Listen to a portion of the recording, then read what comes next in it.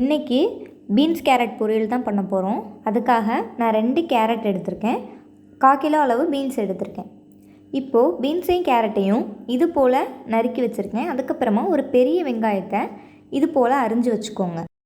இப்போது கடாயை சூடு பண்ணிவிட்டு அதில் 50 ml அளவுக்கு கடலெண்ணெய் நீங்கள் சேர்த்துக்கலாம். எண்ணெய் ஆட் பண்ணியாச்சு. எண்ணெய் நல்லா சூடானதும் அதில் கொஞ்சமாக கடுகு சேர்த்துக்கிறேன். கடுகு நல்லா வெடித்ததும் கொஞ்சமாக உளுந்தம்பருப்பு சேர்த்துக்கோங்க. இது கூட 2 வரமிளகாய் சேர்த்துக்கோங்க. இதுதான் உரைப்புக்கு. இது கூட நம்ம அரிஞ்சு வச்சுருக்க வெங்காயத்தை சேர்த்துக்கிறேன். இப்போது வெங்காயத்தை நல்லா வதக்கி விட்டுக்கோங்க. இப்போவே நம்ம கொஞ்சமாக கருவேப்பிலை இலை போட்டுக்கலாம். இதை ஒரு தடவை நல்லா பரட்டி விட்டுக்கோங்க.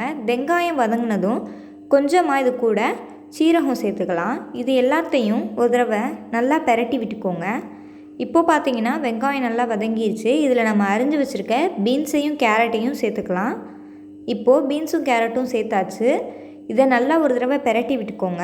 இப்போ பீன்ஸ் கேரட் வேகிற அளவுக்கு உப்பு சேர்த்துக்கலாம். நான் 1 ஸ்பூன் அளவு சேர்த்துருக்கேன். அதே அளவு சேர்த்துக்கோங்க, அதிகமாக சேர்க்காதீங்க.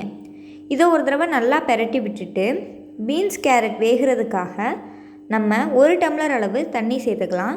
1 டம்ளர் சேர்த்துக்கோங்க. அதிகமாக சேர்த்திங்கன்னா காய் குழஞ்சிரும். 1 டம்ளர் அளவு மட்டும் சேர்த்துக்கோங்க. இதை ஒரு மூடி போட்டு மூடி ஒரு 5 நிமிஷம் அளவு விட்டுறலாம். இப்போது பார்த்திங்கன்னா நல்லா வெந்துருச்சு. ஆனால் கொஞ்சமாக தண்ணி இருக்குது. இந்த தண்ணி வெத்துறதுக்காக மறுபடியும் மூடி போட்டு மூடி ஒரு 10 நிமிஷம் பக்கம் நம்ம விட்டுறலாம்.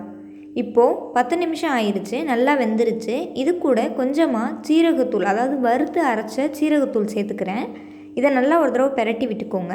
இது கூட கொஞ்சமாக திருவின தேங்காய் சேர்த்துக்கோங்க. இப்போது இதை இன்னொரு தடவை ஒரு 2 நிமிஷம் பக்கம் மூடி போட்டு மூடி வச்சுக்கலாம். இப்போது பார்த்திங்கன்னா நல்லா வெந்துருச்சு. நல்லா ஒரு தடவை பரட்டி விட்டுக்கோங்க. இப்போ பார்த்திங்கன்னா நம்ம ரெசிபி நல்லா ரெடி ஆயிடுச்சு. இந்த வீடியோ உங்களுக்கு பிடிச்சிருந்தா மறக்காமல் கமெண்ட் பண்ணுங்கள். Subscribe to recipe making mania.